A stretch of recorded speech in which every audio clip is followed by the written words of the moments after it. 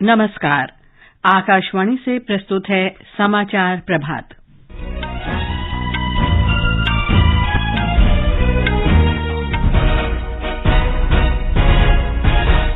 प्रधानमंत्री नरेंद्र मोदी आज सिविल सेवा दिवस पर समारोह को संबोधित करेंगे। असम और अरुणाचल प्रदेश ने अंतर्राज्यीय सीमा विवाद समाधान के लिए समझौते पर हस्ताक्षर किए। विदेश मंत्री डॉक्टर सुब्रमण्यम जयशंकर ने संयुक्त राष्ट्र महासचिव एंटोनियो गुतेरेश से सूडान की बिगड़ती स्थिति पर चर्चा की। कर्नाटक विधानसभा चुनाव में नामांकन पत्र भरने का कार्य संपन्न और तुर्की के अंतालिया में भारतीय रिकर्व टीम तीरंदाजी विश्व कप के फाइनल में पहुंची।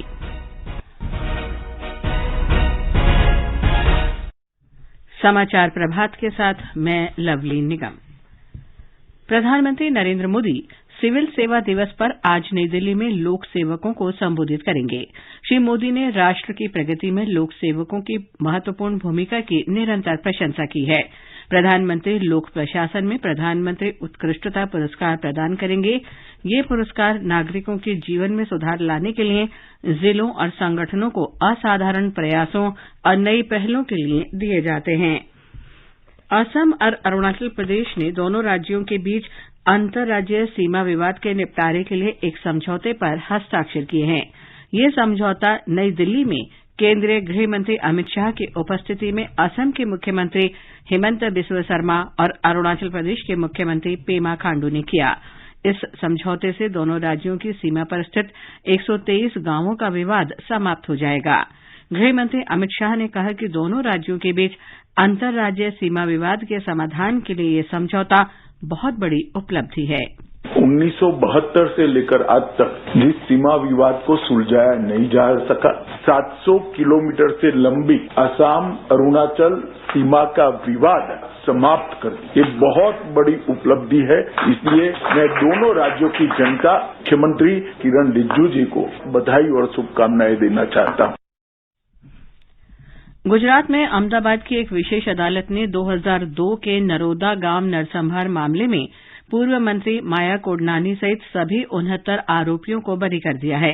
विशेष न्यायाधीश सुभदा बख्शी ने 21 वर्ष पुराने मुकदमे में फैसला सुनाया। गोधरा कांड के विरोध में 28 फरवरी 2002 को बंद का आह्वान किया गया था। इस दौरान अहमदाबाद के नरोदा गांव इलाके में हुए दंगों में 11 लोग मारे गए थे। मामले में 86 आरोपी बनाए गए थे। सुनवाई के दौरान 17 आरोपियों की मृत्यु हो गई थी। कर्नाटक विधानसभा चुनाव के लिए नामांकन पत्र भरने का कार्य कल समाप्त हो गया। नामांकन भरने से पहले ज्यादातर उम्मीदवारों ने रोड शो और चुनाव रैलियां की। बेंगलुरु के 28 विधानसभा क्षेत्रों के चुनाव के लिए कल अंतिम दिन 247 उम्मीदवारों ने 279 नामांकन पत्र प्राप्त हुए।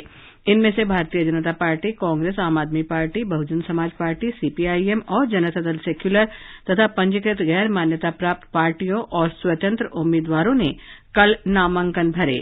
उनमें से 215 पुरुष और 32 महिला प्रत्याशी हैं। निर्वाचन आयोग आज इन नामांकन पत्रों की जांच करेगा। 24 अप्रैल तक नामांकन वापस लिए जा सकते हैं। एक रिपोर्ट।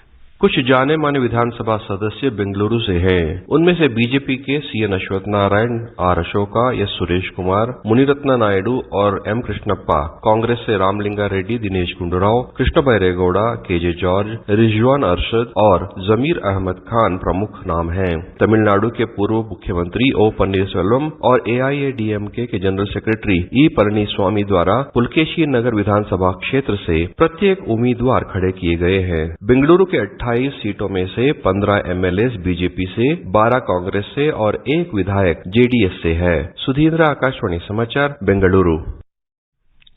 राज्य में 10 मई को वोट डाले जाएंगे और मतगणना 13 मई को होगी। हमारे संवाददाता ने बताया है कि प्रदेश में विभिन्न एजेंसियों ने बड़ी मात्रा में नकदी बरामद की है। राजस्थान के जोधपुर में 2 दिवसीय मोटा अनाज मेला और प्रदर्शनी आज संपन्न होगी। समापन दिवस पर मोटे अनाज के उत्पादन को बढ़ावा देने और इसके उपयोग पर विस्तृत चर्चा की जाएगी।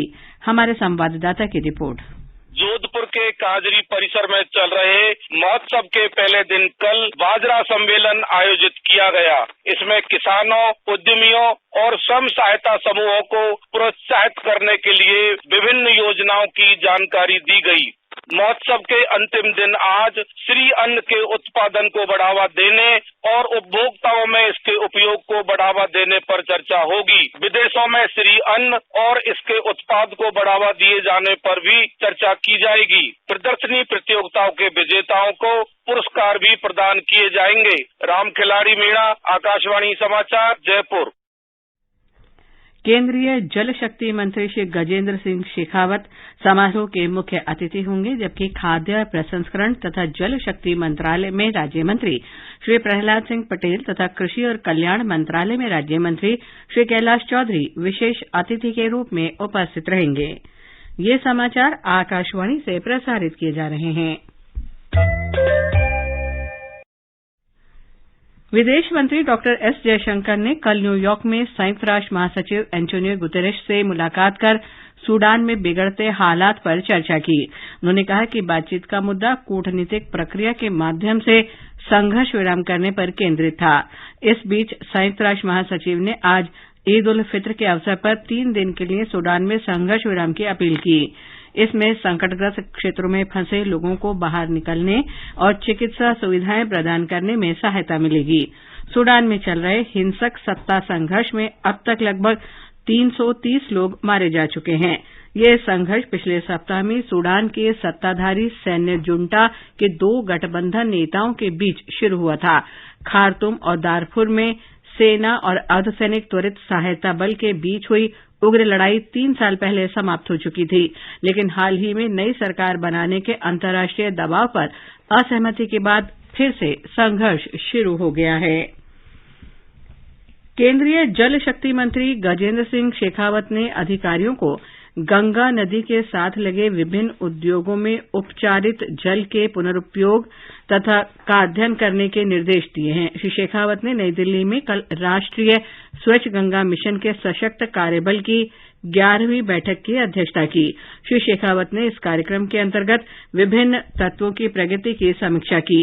उन्होंने प्रयाग में यमुना, गंगा और उनकी सहायक नदियों के वास्तविक विश्लेषण मंच के लिए विभिन्न ऑनलाइन डैशबोर्ड के माध्यम से निगरानी परियोजनाओं और नदी जल की गुणवत्ता का उल्लेख किया। इस अवसर पर केंद्रीय मंत्री ने चाचा चौधरी के साथ गंगा की बात कॉमिक श्रृंखला भी जारी की। केंद्रीय मत्स्य पालन, पशुपालन और डेयरी विकास मंत्री पुरुषोत्तम रूपाला ने कल गोवा में दूसरी G20 स्वास्थ्य कार्यसमूह की बैठक का उद्घाटन किया। कार्यक्रम का आयोजन एशियाई विकास बैंक और स्वास्थ्य तथा परिवार कल्याण मंत्रालय ने संयुक्त रूप से किया है। इसका उद्देश्य स्वास्थ्य क्षेत्र के विकास को पेरिस समझौते के लक्ष्यों के अनुरूप स्वास्थ्य की परिकल्पना के अंतर्गत जलवायु के अनुकूल आसान स्वास्थ्य व्यवस्था विकसित करना है। भारत के G20 शेरपा अमिताभ कांत भी इस कार्यक्रम में शामिल हुए। श्री पुरुषोत्तम रूपाला ने मानव, पशु और पर्यावरणीय स्वास्थ्य के बीच संबंधों की पहचान वाले एक स्वास्थ्य की परिकल्पना के महत्व पर बल दिया।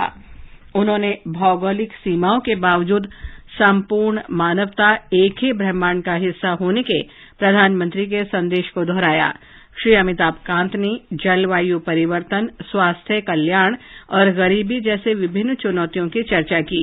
उन्होंने कहा कि भारत ने स्वास्थ्य सेवा क्षेत्र में महत्वपूर्ण प्रगति की है और टेलीमेडिसिन और टेली कंसल्टेशन जैसी डिजिटल पहलों के साथ जलवायु अनुकूल स्वास्थ्य कल्याण के मॉडल के लिए स्थायी समाधान प्रदान करने के साथ दुनिया की फार्मेसी बन गया है।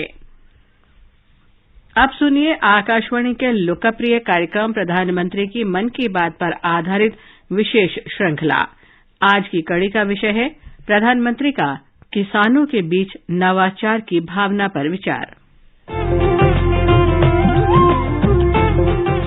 लोग, आवाज और सीधा संवाद, यानी आपके हम सबके मन की बात। जी हाँ, ऐसे ही करोड़ों लोगों से जुड़ जाते हैं हमारे प्रधानमंत्री हर महीने मन की बात प्रोग्राम के साथ। आकाशवाणी पर ये सिलसिला इस महीने यानी अप्रैल में 100वीं कड़ी के साथ जारी रहेगा। इसी विशेष मौके पर मन की बात कार्यक्रम से प्रधानमंत्री के चुनिंदा संबोधनों को फिर प्रस्तुत किया जा रहा है। इस विशेष कार्यक्रम की 75वीं कड़ी में पेश है प्रधानमंत्री का वो विचार जिसमें उन्होंने खेती किसानी में नवाचार को बढ़ाने पर जोर दिया है। भारत में खेती किसानी सिर्फ अन्न उपजाने का ही जरिया नहीं है, बल्कि रोजगार का भी सबसे बड़ा साधन है।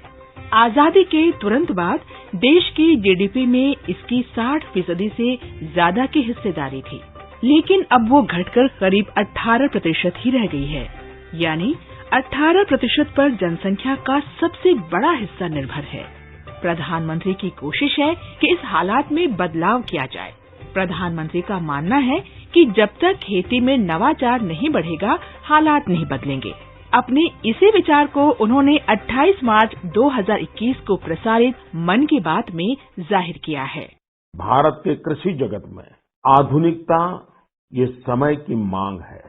बहुत देर हो चुकी है, हम बहुत समय गंवा चुके हैं। एग्रीकल्चर सेक्टर में रोजगार के नए अवसर पैदा करने के लिए, किसानों की आय बढ़ाने के लिए परंपरागत कृषि के साथ ही नए विकल्पों को, नए इनोवेशंस को अपनाना भी उतना ही जरूरी है। व्हाइट रिवॉल्यूशन के दौरान देश ने इससे अनुभव किया है।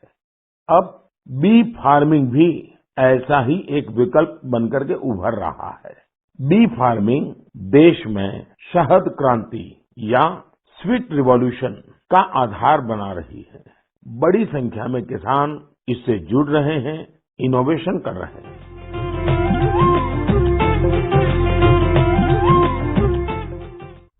और अब खेल समाचार। तुर्की के अंतालिया में तीरंदाजी विश्व कप के पहले चरण में भारतीय पुरुष रिकर्व टीम फाइनल में पहुंच गई है। रविवार को फाइनल में अतनु दास, बी धीरज और तरुणदीप रॉय की टीम का सामना चीन से होगा। 9 वर्षों में पहली बार भारतीय पुरुष टीम विश्व कप के फाइनल में पहुंची है। भारत ने 13 साल पहले विश्व कप जीता था। भारतीय टीम ने चीनी ताइपे और नीदरलैंड को हराकर खिताबी मुकाबले में जगह बनाई है। आईपीएल क्रिकेट में दिल्ली कैपिटल्स ने वर्षा से प्रभावित मैच में कोलकाता नाइट राइडर्स को 4 विकेट से हराकर सत्र की अपनी पहली जीत दर्ज की। कोलकाता नाइट राइडर्स ने पहले बल्लेबाजी करते हुए निर्धारित 20 ओवर में 127 रन बनाए। जवाब में दिल्ली कैपिटल्स ने 19 ओवर और 2 गेंद में 6 विकेट पर 128 रन बनाकर मैच जीत लिया। एक अन्य मैच में पंजाब किंग्स ने रॉयल चैलेंजर्स बेंगलोर को 24 रन से हरा दिया। प्रतियोगिता में आज चेन्नई में शाम 7:30 बजे चेन्नई सुपर किंग्स का सामना सनराइजर्स हैदराबाद से होगा। इस बीच खेलो इंडिया विश्वविद्यालय खेल 25 मई से शुरू होंगे। उत्तर प्रदेश के 4 शहरों वाराणसी, लखनऊ, नोएडा और गोरखपुर में ये खेल आयोजित किए जाएंगे। 10 दिन तक चलने वाले ये खेल 3 जून को समाप्त होंगे। मुकेश कुमार, आकाशवाणी समाचार, दिल्ली। और अब समाचार पत्रों की सुर्खियों के साथ हैं निखिल। धन्यवाद लवलीन। अखबारों ने आज अलग अलग समाचारों को प्रमुखता दी है। अरुणाचल और असम के बीच सीमा समझौते को ऐतिहासिक बताते हुए हिंदुस्तान ने लिखा है, गृहमंत्री की मौजूदगी में दोनों राज्यों ने संधि पर हस्ताक्षर किए। मोदी सरनेम पर कांग्रेस नेता राहुल गांधी की टिप्पणी मामले में सूरत की सत्र अदालत से राहत न मिलने पर राजस्थान पत्रिका ने उम्मीदों का झटका बताते हुए लिखा है, अब हाईकोर्ट और सुप्रीम कोर्ट का विकल्प। वकील न हड़ताल कर सकते हैं, न ही काम बंद। सुप्रीम कोर्ट की इस टिप्पणी को राष्ट्रीय सहारा सहित लगभग सभी अखबारों ने लिया है। प्रधानमंत्री नरेंद्र मोदी के कल पहले वैश्विक बौद्ध शिखर सम्मेलन में ये कहना कि भारत ने दुनिया को युद्ध नहीं बुद्ध दिए, इस खबर को नव भारत टाइम्स ने लिया है। दैनिक जागरण की खबर है, ग्रेट निकोबार द्वीप में बहेगी विकास की बयार, अरावली में और बढ़ेगी हरियाली। पत्र के अनुसार कई और तरह के विकास कार्य किए जाएंगे। दिल्ली के चिड़ियाघर में पर्यटक अब सफेद बाघिन के शावकों के दीदार कर सकेंगे। हिंदुस्तान ने इसे सचित्र देते हुए लिखा है, व्योम और अवनी की अटखेलियों से चिड़ियाघर में रौनक। कल हुए सूर्यग्रहण को राजस्थान पत्रिका ने सचित्र देते हुए सुर्खी बनाई है, ओट में सूर्य, दुनिया के कई देशों ने देखा वर्ष का पहला सूर्य ग्रहण। दैनिक भास्कर ने कल से शुरू हो रही 4 धाम यात्रा को पहली खबर बनाते हुए लिखा है, 85% रास्ता सुगम, कई सड़कें चौड़ी हो गई हैं। पत्र के अनुसार बद्रीनाथ धाम को भव्य दिव्य रूप दिया जा रहा है। और अंत में मुख्य समाचार एक बार फिर। प्रधानमंत्री नरेंद्र मोदी आज सिविल सेवा दिवस पर समारोह को संबोधित करेंगे। असम और अरुणाचल प्रदेश ने अंतर्राज्यीय सीमा विवाद समाधान के लिए समझौते पर हस्ताक्षर किए। विदेश मंत्री डॉक्टर सुब्रमण्यम जयशंकर ने संयुक्त राष्ट्र महासचिव एंटोनियो गुतेरेस से सूडान की बिगड़ती स्थिति पर चर्चा की। कर्नाटक विधानसभा चुनाव में नामांकन पत्र भरने का कार्य संपन्न। और तुर्की के अंतालिया में भारतीय रिकर्व टीम तीरंदाजी विश्व कप के फाइनल में पहुंची। इसके साथ ही समाचार प्रभात का ये अंक समाप्त हुआ। नमस्कार।